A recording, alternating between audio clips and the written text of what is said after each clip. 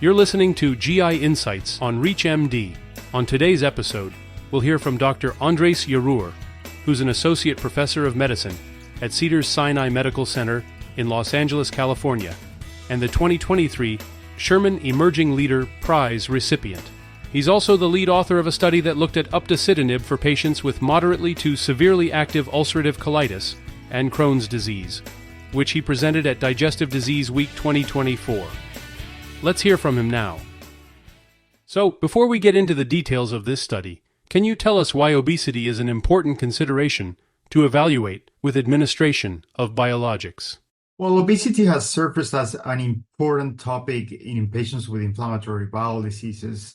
Historically, people with IBD, Crohn's and ulcerative colitis, and especially Crohn's, have been underweight. But as therapies get better and the number of surgeries go down, with that I mean bowel resections and development of complications such as short gut, there has been a raise in the prevalence of obesity in the IBD population, just as the global population. We have studied the role of obesity and very specifically the role of visceral adipose tissue, the response to biologic therapy in patients with IBD. Because visceral adipose tissue is an endocrine organ that secretes a lot of hormones that are pro-inflammatory, there might be an important role in how these drugs that we use in a day-to-day basis work. A previous study that we did a couple of years ago that was published in Gastroenterology showed very nicely that a high visceral adipose tissue burden significantly affects the efficacy of three biologics, infliximab, vedolizumab, and ustekinumab. The microbiome was not really explaining these lower efficacy rates, even though we did find that very specific cytokines, TNF and IL-6, were correlated and overexpressed in patients with a high visceral adipose tissue burden and non-response to therapies. So obviously the natural question is, well, how about the other drugs? And specifically, this new generation of small molecules that are currently available for both Crohn's disease and ulcerative colitis. So now turning to your study, can you tell us about the objectives, the design, and your patient population here? In a recent analysis, we looked at baseline BMI in patients entering the phase 3 pivotal trials for Upadacitinib in ulcerative colitis and Crohn's disease, and how that baseline BMI affected the efficacy. BMI is not a perfect index to assess visceral adipose tissue burden, but does have a correlation with obesity, at least in most patients. So in this trial, patients with moderate to severe ulcerative colitis or Crohn's disease, they were randomized to receive placebo or Upadacitinib at different doses. In this specific post-hoc analysis, the efficacy endpoint at week 8 to 12 was for the induction studies, and week 52 was for the maintenance trial.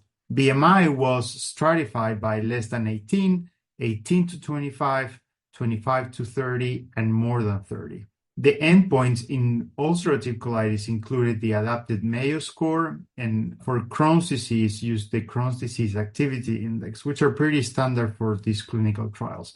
We also looked at endoscopic improvement in UC and endoscopic response in Crohn's disease and other endoscopic outcomes, including endoscopic remission. Ultimately, we also looked at steroid-free clinical remission in both UC and Crohn's disease. So what did we find? Well, overall, in the induction studies, 988 patients were included in the UC analysis and 1,021 patients were included in the Crohn's disease analysis. They received Upadacitinib 45 milligrams or placebo for this induction period. For the maintenance studies, a total of 451 patients were included in the UC maintenance trial and 502 were included in the Crohn's disease maintenance trials.